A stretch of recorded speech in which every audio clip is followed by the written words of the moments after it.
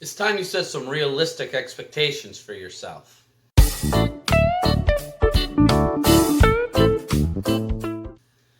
Sean, WSRT Fitness. If this is your first time here, please subscribe. Click the bell and select all for notifications. I would appreciate that. Thank you so much for watching and welcome. Today, I want to talk to you about realistic expectations. Now, I'm going to focus primarily on weight loss, but muscle building and strength gains are also going to be a part of this conversation. And the reason why is because the first thoughts for this video actually came from a couple of posts that I saw on ESPN that I think were, I think were bullshit. So number one right here was actually a picture of an NBA basketball player, and his trainer said that he gained 12 to 15 pounds to that point in the offseason, which I believe that picture was posted by ESPN on the 30th of July. So the NBA season had only been over for about 2 months. Now, the reason why this bothers me is because 12 to 15 pounds of muscle gain in 2 months is really not possible unless you're taking an incredible amount of performance-enhancing drugs, basically. I mean, the person has got to be taking steroids to be able to gain that much muscle. Now, whether or not he is taking supplements, whether or not he gained that muscle taking anything legally or illegally, I do not know. And I'm not going to speculate on the player. I'm just going to speculate that the claim itself is bullshit. For any natural sense, and if you are looking to stay natural, which anybody who's losing weight or just about anybody else who just goes and lives from day to day to stay in shape because they enjoy it, there's no reason to ever be taking anything that's performance enhancing like that. I mean, it's up to you. You can take them if you like, but do the research, know what you're doing. You know, maybe even consider talking to a professional for that too, even though I know there's a stigma about it. Just don't go off and do it. All right. The second post actually went to the strength side of it, also posted by ESPN, in which they showed a high school athlete doing a clean of 405 pounds. And I'm not saying that that is impossible. I'm saying with the ease that this kid did it in, and I'm just saying the way that he did it, I highly doubt it. Now, I'm looking very closely at those plates, and I don't think that they were fake plates. What I do think is that they were the oversized 25-pound plates that looked like 45s, which would make the lift that he performs in that video 245 pounds rather than 405. And though 245 pounds for a kid his size at his age is still an incredible amount of weight to perform that lift on, it's not 405. But I think that it goes to a lack of research at ESPN has become extremely common in a lot of media sources, where they just are so quick to get out a story or so quick to post something that they don't really do the research, and they don't always use critical thinking.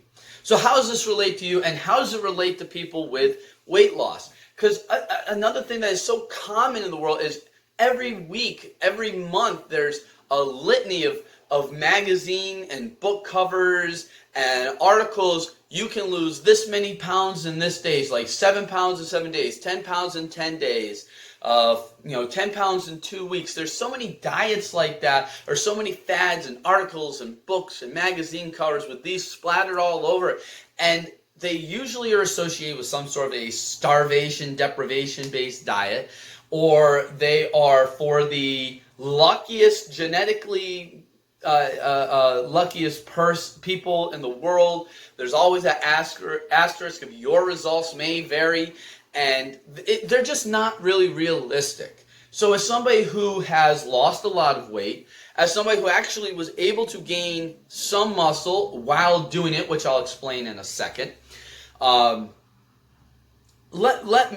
as somebody who now helps others to get to healthy weights, let me be realistic and share with you what a realistic weight loss, what realistic strength gains, what realistic health is going to be more like for the natural person and for the person who just wants to live a better life. I'm going to go with the weight loss first. So weight loss, you need to keep in mind that to lose 1 pound of fat, you need to be in a caloric deficit of 3,500 pounds. The easiest way to figure that out is what your total daily energy expenditure is.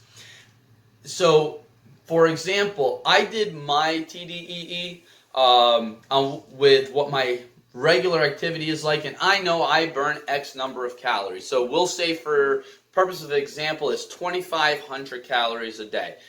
If you eat 2,000 calories a day and your TDEE is 2,500, that's a 500 calorie caloric deficit every day. In 1 week, that should equate to about 1 pound of weight loss, because 7 times 500 is 3,500. 3,500 calories is equal to 1 pound, approximately. So, now you also need to keep in mind that there's a lot of excess storages that happens in your body. Fat or adipose tissue is one of them. However, you're also holding on to extra water. You're holding on to extra, shit, extra fecal matter.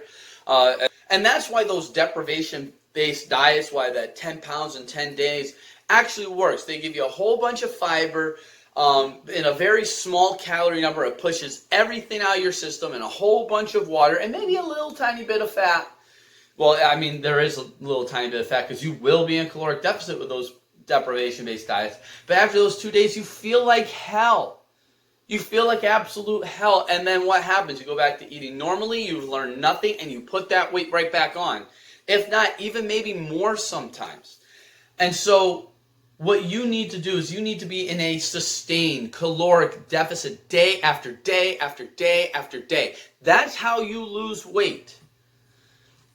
That is how you find success, and you don't want to do it too fast. I talk to so many people that when I talk to them about, how many calories a day are you eating? Because they're talking about, I'm trying to do this much cardio and I'm trying to lift these weights and why isn't this working for me? Well, how much are you eating? And when I hear people tell me that they're only eating 1,000 calories a day, 1,100, 1,200 calories a day, well, that's why they're starving themselves.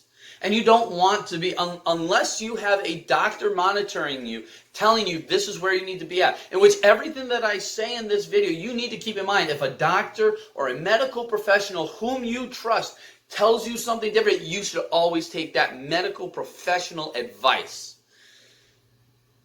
But unless a doctor says otherwise, you should not be eating 1,000, 1,100, 1,200 calories a day.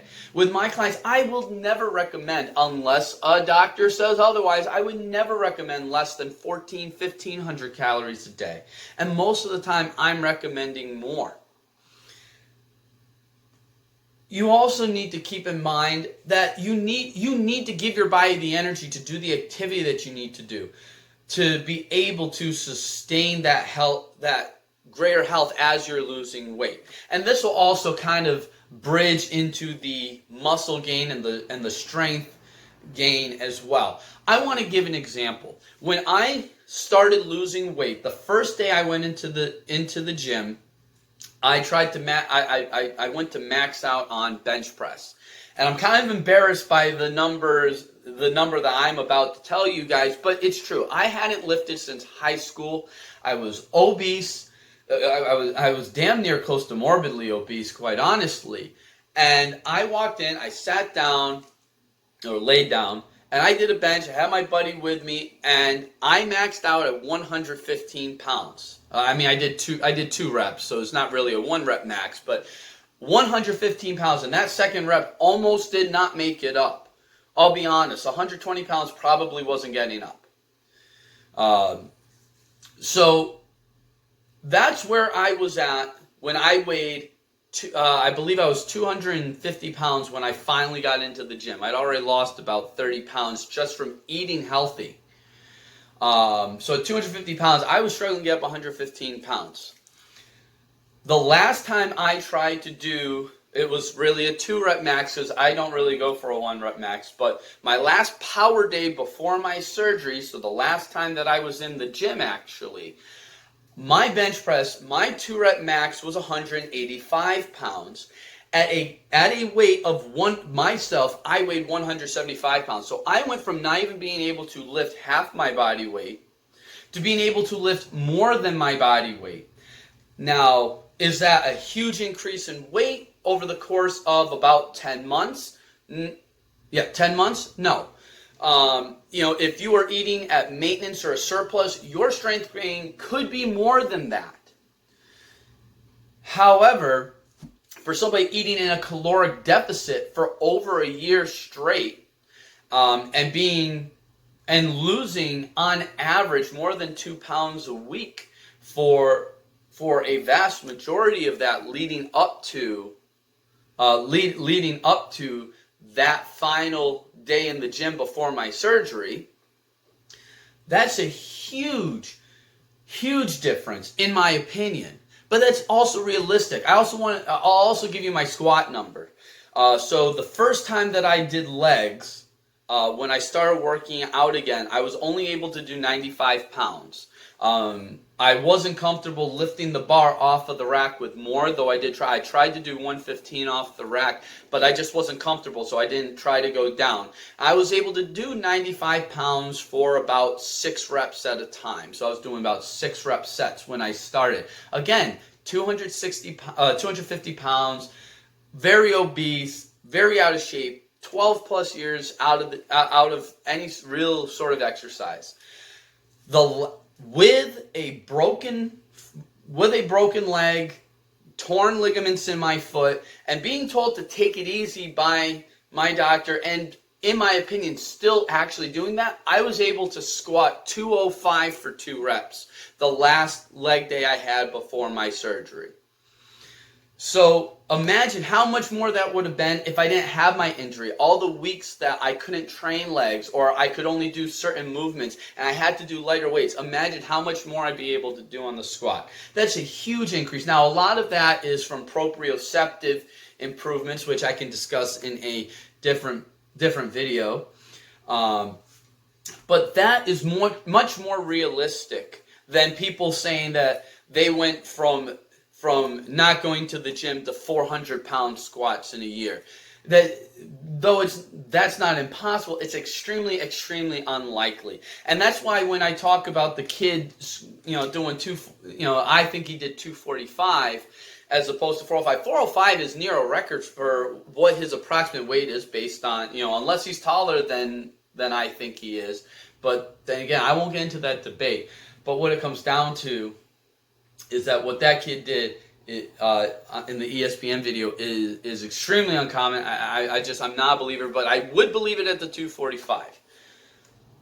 Also, as far as the muscle gains go, in the last 10 months before my surgery, I gained 2 pounds, almost 2 pounds. So I think it was 1.8. I don't have the paper in front of me.